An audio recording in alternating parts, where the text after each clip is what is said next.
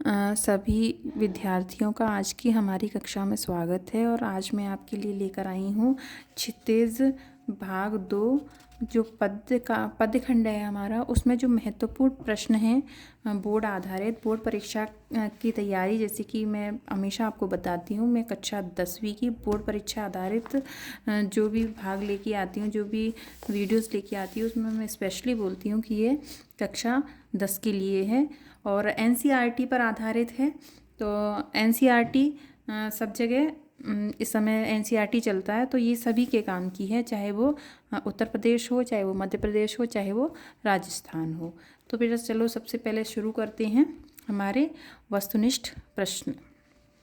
तो सबसे पहला प्रश्न है, आज मैं आप लोगों के साथ ही साथ पढ़ाई करूंगी और आप भी मेरे साथ कॉपी पेन लेकर बैठेंगे, मुझे ऐसी उम्मीद है। तो देखो सबसे पहला प्रश्न इसने क्या पूछा है, सूरदास भक्ति काल की किस शाखा के कवि हैं? तो इसमें लिख दो सूरदास भक्ति काल की कृष्ण भक्ति शाखा के। ठीक है, कृष्ण भक्ति शाखा के प्रतिनिधि कवि हैं। ठीक है, मैंने शॉर्ट में लिख दिया है, जिस वीडियो में लंबा ना हो। गोपियों के अनुसार राजा का धर्म क्या है? तो राजा का क्या धर्म है? प्रजा हित। प्रजा हित क्या है? राजा का धर्म है। सूर सारावली के कवि का क्या नाम है? सूर सारावली के कवि का नाम है सूरदास। क्षितिज भाग 2 में संग्रहित सूर के 4 पद कहाँ से लिए गए हैं? तो वो लिए गए हैं भ्रमर गीत से। ठीक है बेटा, अगला प्रश्न देखते हैं। गोपियों ने भ्रमर के बहाने किस पर व्यंग बाण छोड़े हैं? तो क्या आएगा इसका उत्तर? उद्धव। भ्रमर गीत में गोपियों ने किसके प्रति अपना प्रेम व्यक्त किया है? तो इसका उत्तर है श्री कृष्ण। अगला प्रश्न देखो, श्री कृष्ण का योग संदेश गोपियों के लिए कौन लेकर आया था? तो कौन लेकर आया था? उद्धव। आप इन सबको साथ के साथ मेरे लिखते जाएंगे। उद्धव गोपियों को कौन सा संदेश देते हैं? तो कौन सा संदेश देते हैं? योग साधना का संदेश देते हैं। अगला प्रश्न है, सूरदास के पदों में कौन सा रस है? सूरदास के पदों में जो भ्रमर गीत है उसमें रस है बेटा आपका वियोग। वियोग श्रृंगार रस। श्रृंगार रस के 2 भाग हैं, वियोग और संयोग। अब यहाँ पर चूंकि श्री कृष्ण जी चले गए हैं तो गोपियाँ विरह यानी उनको वियोग हो गया है। ठीक है बेटा, तो यहाँ वियोग श्रृंगार रस है। अगला प्रश्न है, सूरदास के साहित्य में किस गुण की प्रधानता है? तो इसमें है माधुर्य गुण की प्रधानता। माधुर्य गुण की प्रधानता। अगला प्रश्न है, सूरदास के साहित्य में किस भाषा की प्रमुखता है? देखो बेटा, सूरदास जी किसके भक्त हैं? श्री कृष्ण के। और श्री कृष्ण जी कहाँ रहते हैं? मथुरा वृंदावन बरसाने में। ठीक है, बरसाने की भाषा क्या होगी? ब्रज भाषा। ठीक है, तो इसका उत्तर लिखेंगे हम ब्रज भाषा। आप हमें याद रखो कि जो अवधि है वो तो तुलसीदास जी यानी राम जी की भाषा, रामचंद्र जी अवध के थे। अब ब्रज भाषा श्री कृष्ण जी के काव्य ब्रज भाषा में लिखे गए हैं सूरदास जी ने। ठीक है, अगला प्रश्न है, गोपियाँ किसके प्रेम में आसक्त हो गई हैं? तो किस, बहुत सरल उत्तर है इसका, सभी को पता है, श्री कृष्ण। वेरी गुड, सभी को बहुत अच्छे से पता है, अच्छे से पढ़ रहे हैं आप लोग। अगला प्रश्न देखिए, सूरदास के पदों में तेल की गागर किसको कहकर बुलाया गया है? तो किसको कहकर बुलाया गया है? उद्धव को। और फिर अगला है प्रश्न, उद्धव को बड़भागी किसने कहा है? तो उद्धव को बड़भागी गोपियों ने कहा है। गोपियाँ ही तो कहती हैं उद्धव तुम हो बड़े बड़े भागी। गोपियों ने। गोपियों का उद्धव को बड़भागी कहने के पीछे क्या उद्देश्य था?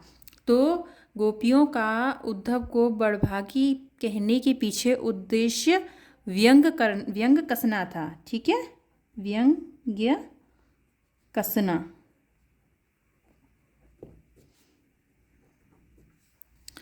कृष्ण की संगति में रहकर भी कौन उनके प्रेम से अछूते रहे? तो उत्तर है इसका उद्धव।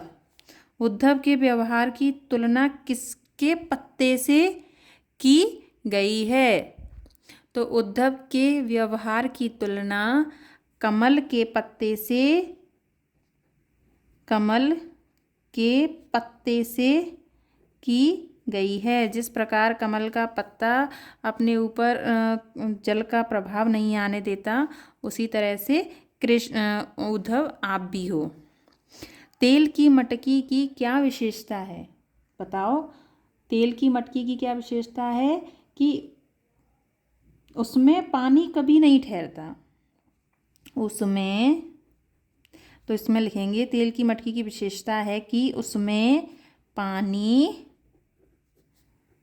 कभी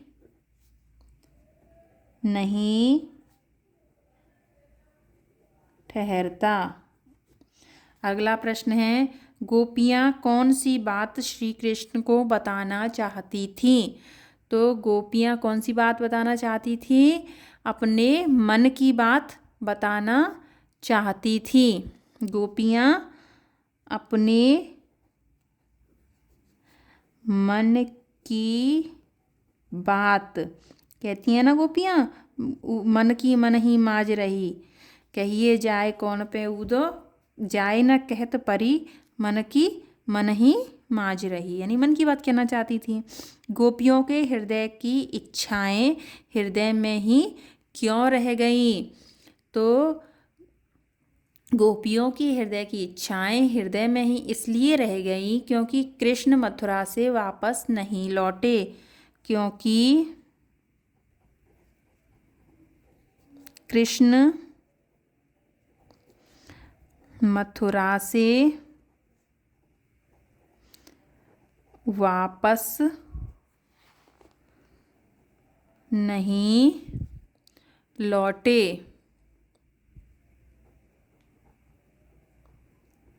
वेरी गुड, बहुत अच्छा पढ़ रहे हैं आप लोग, ऐसे ही बने रहें हमारे साथ। गोपियों ने उद्धव का योग संदेश किसे देने की बात कही? तो गोपियों ने उद्धव को योग का संदेश देने की बात कही जिनके मन चंचल हों, यानी चंचल मन वालों को, चंचल मन वालों को।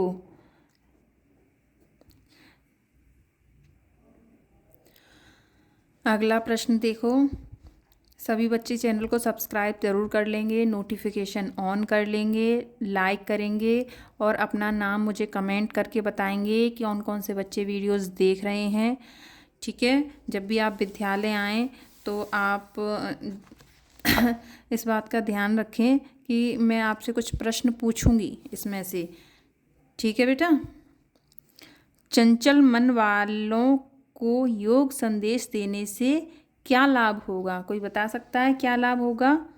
तो हाँ, जिसको भी उत्तर आ रहा हो वो मुझे कमेंट बॉक्स में बता देना। ठीक है बेटा, तो उनका मन स्थिर हो सकेगा। तो उनका मन स्थिर हो सकेगा। यानी जिनका मन एक जगह नहीं ठहरता है, अगर उनको एक योग का संदेश दे दें तो उनका मन क्या हो जाएगा, स्थिर हो जाएगा एक जगह, यानी एक काम में उनका मन लग जाएगा। गोपियों का मन कहाँ स्थिर हो चुका था? तो गोपियों का मन श्री कृष्ण के हाँ वेरी गुड, चरणों में स्थिर हो चुका था।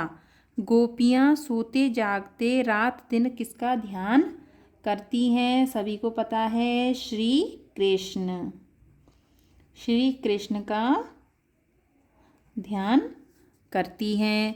गोपियाँ किससे गुहार लगाना चाहती हैं? किससे गुहार लगाना चाहती हैं? श्री कृष्ण से।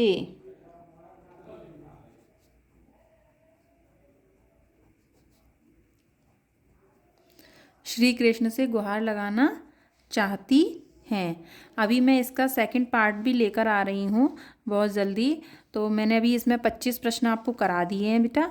आगे का रिवीजन मैं दूसरे वीडियो में बना के दे रही हूँ, इसका पार्ट 2, और आप उसको अच्छे से देखना, समझना और पढ़ना। और मुझे उम्मीद है इसी तरह से आपको सभी प्रश्न जल्दी से जल्दी याद हो जाएंगे। ठीक है, चलो मैं अगला वीडियो की तैयारी करती हूँ।